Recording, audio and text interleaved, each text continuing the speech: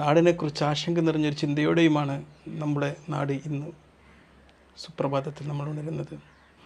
ഞാനൊക്കെ പഠിച്ച സ്കൂളിലെ ഒരു കുട്ടി മറ്റു കുട്ടികളുടെ ആക്രമണത്തിൽ കൊല്ലപ്പെട്ടിരിക്കുന്നു എന്നുള്ളത്, ഈ ആക്രമണത്തെയും കൊലപാതകത്തെയും പോലും വളരെ നിസ്സാരവൽക്കുന്ന രീതിയിലേക്ക് നമ്മുടെ കുട്ടികളുടെ ഇടയിലെ ചർച്ചകൾ മാറി എന്നുള്ളത് തീർച്ചയായിട്ടും നമ്മൾ ഒരുപാട് സീരിയസ് ആയിട്ട് ഒരുപാട് കാര്യങ്ങൾ ചിന്തിക്കേണ്ട ഒരു കാലമാണിത്.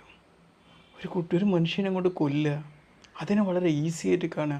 ഇപ്പോൾ നമ്മൾ ഗെയിമൊക്കെ കളിക്കുമ്പം ആ ഗെയിമിൽ ഒരു കൊലപാതകം, ഒരു ആക്രമണം, ഇതൊക്കെ വളരെ നിസ്സാരമായിട്ടുള്ള കാര്യം അത്രയും ഈസി ആയിട്ട് ചെയ്യുന്ന രീതിയിലേക്ക് ഇന്നത്തെ കുട്ടികളെ ഇതിന് മാറ്റിയിട്ടുണ്ടെങ്കിൽ അതിൻ്റെ പിന്നിൽ ലഹരിയുടെയും അവരെ ഏറ്റവും ഇൻഫ്ലുവൻസ് ചെയ്യുന്ന സിനിമാസിൻ്റെയും ഒക്കെ സ്വാധീനം വർദ്ധിച്ചു വരുന്നു എന്നുള്ളതാണ്.